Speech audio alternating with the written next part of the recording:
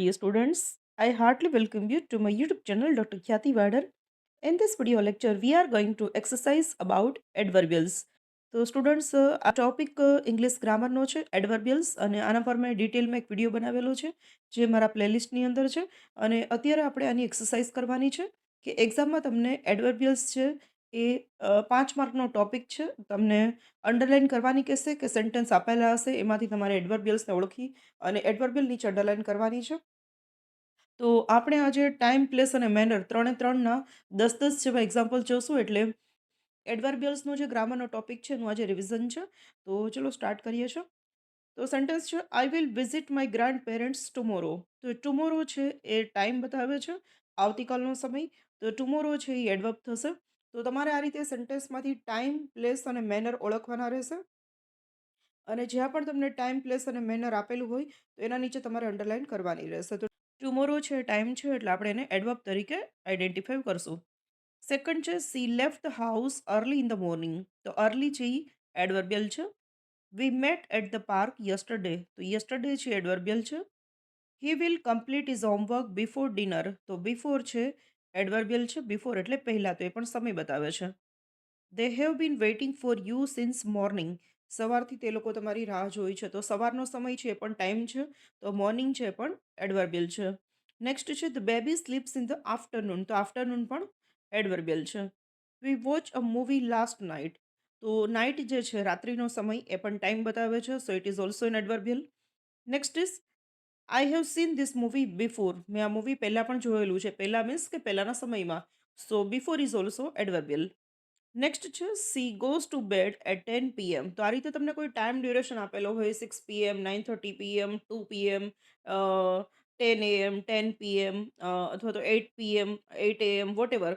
તો તમને જે પણ સમય આપેલો હોય તો એ પણ એડવર્બ ગણાશે. તો ખાસ કરીને યાદ રાખજો કે ટાઈમ સેન્ટેન્સમાં જો બતાવતા હોય તો એને એડવર્બ કહેશું. બીજા પ્લેસ અને મેનર્સના એક્ઝામ્પલ પણ આપણે આગળ જોવાના છે. નેક્સ્ટ છે, we will go on a trip next week. આવતા વીકમાં અમે લોકો ટ્રીપ પર જશું. તો નેક્સ્ટ વીક જે છે એ પણ હવે પછીનો સમય છે એટલે એ પણ એડવર્બ ઓફ ટાઈમ ગણાશે. તો તમારે માત્ર આ રીતે તમને સેન્ટેન્સ આપેલા હોય એમાં ટાઈમ, પ્લેસ અને મેનરને ઓળખી અને એને નીચે અંડરલાઇન કરવાની રહેશે. તો આ તમારો 5 માર્ક્સનો ટોપિક છે. નેક્સ્ટ જોઈએ છે એડવર્બ ઓફ પ્લેસ. તો એની અંદર મેં અત્યારે તમને મિક્સમાં પૂછશે ટાઈમ, પ્લેસ, મેનરના, પણ અહીંયા મેં અલગ અલગ રાખ્યા છે જેથી કરીને તમને ખ્યાલ આવે કે કેવો કેવો ટાઈમ બતાવી શકે, કયો કેવો પ્લેસ બતાવી શકે અને કઈ કઈ રીતે મેનરના સેન્ટેન્સ તમને એક્ઝામમાં આવી શકે. તો પ્લેસમાં જોઈએ છે, she looked for her keys under the table. તો હવે અહીંયા તમે જોશો કે તમને બધું પ્લેસનું બતાવશે કે અંડર ધ ટેબલ એટલે ટેબલની નીચે. તો કોઈ પણ જગ્યા બતાવશે. તો વાક્યમાં તમને ઘણી વખત જગ્યા બતાવે, ઘણી વખત સમય બતાવે.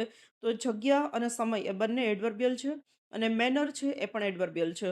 તો આ રીતે અંડર ધ ટેબલ એટલે ટેબલની નીચે, તો એ છે એડવર્બ ઓફ પ્લેસ. એટલે તમારે એને નીચે અંડરલાઇન કરવાની રહેશે. The kids are playing in the garden. તો ઇન ધ ગાર્ડન છે એડવર્બ છે. He found is lost book on the shelf. તો ઓન ધ સેલ્ફ એટલે કે ઉપર અભેરાય પર એમણે એમની ખોવાયેલી બુક જોઈ. તો ઓન ધ સેલ્ફ છે એડવર્બ છે. The birds are flying in the sky. તો ઇન ધ સ્કાય છે પણ એક પ્લેસ છે. તો ઇન ધ સ્કાય છે પણ એડવર્બ થશે. વી વેઇટેડ આઉટસાઇડ ધ ક્લાસરૂમ. અમે ક્લાસની બહાર રાહ જોઈ. તો ક્લાસરૂમ જે છે એ પણ પ્લેસ થશે, બટ આઉટસાઇડ એટલે કે બહારની બાજુ તમને પ્રોપરલી પ્લેસ આપેલું છે તો આપણે આઉટસાઇડને એડવર્બ ગણશું. There is a small shop near the bus stop. Near the bus stop એટલે કે બસ સ્ટોપની નજીક. તો એ પણ એક પ્લેસની વાત કરી છે. તો નિયર ધ બસ સ્ટોપ છે એ પણ એડવર્બ થશે. He place the gift on the table. તો ઓન ધ ટેબલ છે એ પણ એડવર્બ છે. They are sitting beside the window. Beside the window એટલે કે તેઓ બારીની બાજુમાં બેઠા છે. તો બિસાઇડ ધ વિન્ડો છે એડવર્બ છે. He hid the letter behind the cupboard. એમણે કબાટમાં પોતાનો એ લેટર જે છે છુપાવી દીધો. તો બિહાઇન્ડ ધ કપબોર્ડ છે એટલે કે કબાટની પાછળ છુપાવી દીધો છે. તો એ પણ એક જગ્યા છે. તો બિહાઇન્ડ ધ કપબોર્ડ છે એ પણ એડવર્બ થશે. Will meet at the restaurant. તો રેસ્ટોરન્ટ છે પણ એક પ્લેસ છે પર્ટિક્યુલર. તો એને પણ આપણે એડવર્બ ગણશું કેમ કે એ પ્લેસ બતાવે છે. તો આ રીતે તમારે આપણે આ વિડીયોની અંદર ટાઈમ અને પ્લેસ ડિસ્કસ કર્યા કે કઈ રીતે સેન્ટેન્સમાં ટાઈમ અને પ્લેસ આપેલા હોય તો તમે એને એડવર્બ ગણી અને અંડરલાઇન કરી શકો એક્ઝામમાં. હવે લાસ્ટ જોવાના છે adverb of manner. C dance gracefully on the stage. હવે તમે અહીંયા મોસ્ટલી તમે સેન્ટેન્સ ની અંદર જે વર્ડ્સ જોશો ને એલવાય વાળા હશે, જે સ્પેલિંગની છેલ્લે એલવાય આપેલું હશે સફિક્સ તરીકે. તો gracefully, quickly, loudly, happily, nicely, neatly, daily, regularly, તો આ બધા જ સ્પેલિંગ્સમાં પાછળ એલવાય આવે છે. તો તમારે જો કોઈ સ્પેલિંગની પાછળ એલવાય આવતું હોય તો સમજવાનું કે આ એડવર્બ જ છે. તો તમારે આંખ મીચીને એડવર્બ મૂકી દેવાનું છે, મીન્સ એ શબ્દ નીચે અંડરલાઈન કરી દેવાની છે. તો એ એક મેનર બતાવે છે કે કઈ રીતે આ કામ થાય છે. C danced gracefully on the stage. તેણીએ સરસ રીતે સ્ટેજ પર ડાન્સ કર્યો. કઈ રીતે કર્યો? તો ગ્રેસફુલી કર્યો. તો ગ્રેસફુલી છે એ એડવર્બ છે. નેક્સ્ટ છે ઈ આન્સર ધ ક્વેશ્ચન ક્વિકલી. તેણે ઝડપથી પ્રશ્નોના જવાબ આપ્યા. કેવી રીતે જવાબ આપ્યા? તો કે ખૂબ ઝડપથી આપ્યા. તો કેવી રીતે કરવું ને એને મેનર કહેવાય છે. મેનર એટલે રીત, કે કઈ રીતે કામ થાય છે. તો કઈ રીતે થાય છે એનો આન્સર હંમેશા સ્પેલિંગની પાછળ એલવાય થી હશે. તો ઝડપથી એ પ્રશ્નના તેણે આન્સર આપ્યા. તો કેવી રીતે આપ્યા? તો કે ઝડપથી. તો ક્વિકલી છે એ એડવર્બ છે. નેક્સ્ટ છે the dog bark loudly at the stranger. તો લાઉડલી છે એડવર્બ થશે. લાઉડલી એટલે મોટે મોટેથી. She smiled happily after hearing the news. તો હેપીલી છે એડવર્બ છે. He wrote the letter neatly. Neatly એટલે એકદમ સારા હેન્ડરાઇટિંગથી ચકચાક વગર સરસ રીતે એણે લેટર લખ્યો. તો નીટલી છે એ એડવર્બ થશે. The children played cheerfully in the park. બાળકો છે પાર્કમાં એકદમ આનંદ મોજથી રમતા હતા.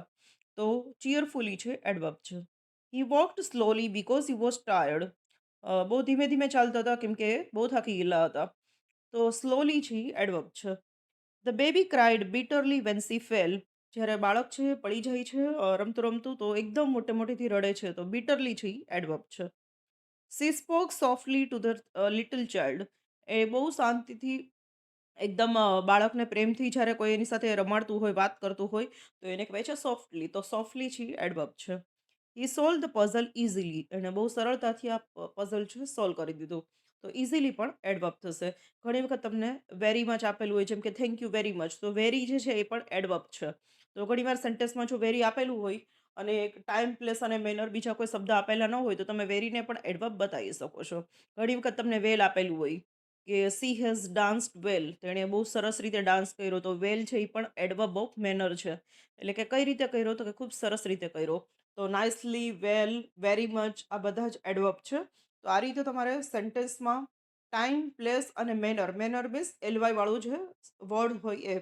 તો એને તમારે આઈડેન્ટિફાઈ કરવાના છે, ઓળખવાના છે અને એના નીચે અંડરલાઈન કરવાની છે. હવે તમારે વાક્યો લખવાના છે કે સીધા આન્સર લખવાના છે, અ, એ તમને જો કન્ફ્યુઝન હોય તો એના માટે પણ મેં પ્લેલિસ્ટમાં એક વિડીયો મારો મૂકેલો છે કે કઈ રીતે તમારે પેપર લખવું અને વધુ સારા માર્ક્સ મેળવવા માટે કઈ ટિપ્સને ફોલો કરવી. તો એક વખત ચેક કરી લેજો તો તમને ખ્યાલ આવશે કે ગ્રામરમાં તમારે ડાયરેક્ટ આન્સર લખવા કે ક્વેશ્ચન લખવા અથવા તો ક્વેશ્ચન આન્સર બંને લખવા. તો તમને આઈડિયા મળી જશે. તો એડવર્બનું આપણે રિવિઝન કર્યું છે. હવે નેક્સ્ટ વિડીયોની અંદર બાકીના આપણે જે ટોપિક્સ છે, one word substitute, noun clause અને સિન્થેસિસના ટોપિક્સનું રિવિઝન કરવાના છે. તો વિડીયો જે લોકોએ કમ્પ્લીટલી જોયો હશે અને આઈડિયા આવી ગયો હશે કે એડવર્બિયલ્સને કઈ રીતે અટેમ્પ કરવાના છે. તો મળીએ છીએ નેક્સ્ટ વિડીયોની અંદર. ત્યાં સુધી happy reading and thank you everyone for watching.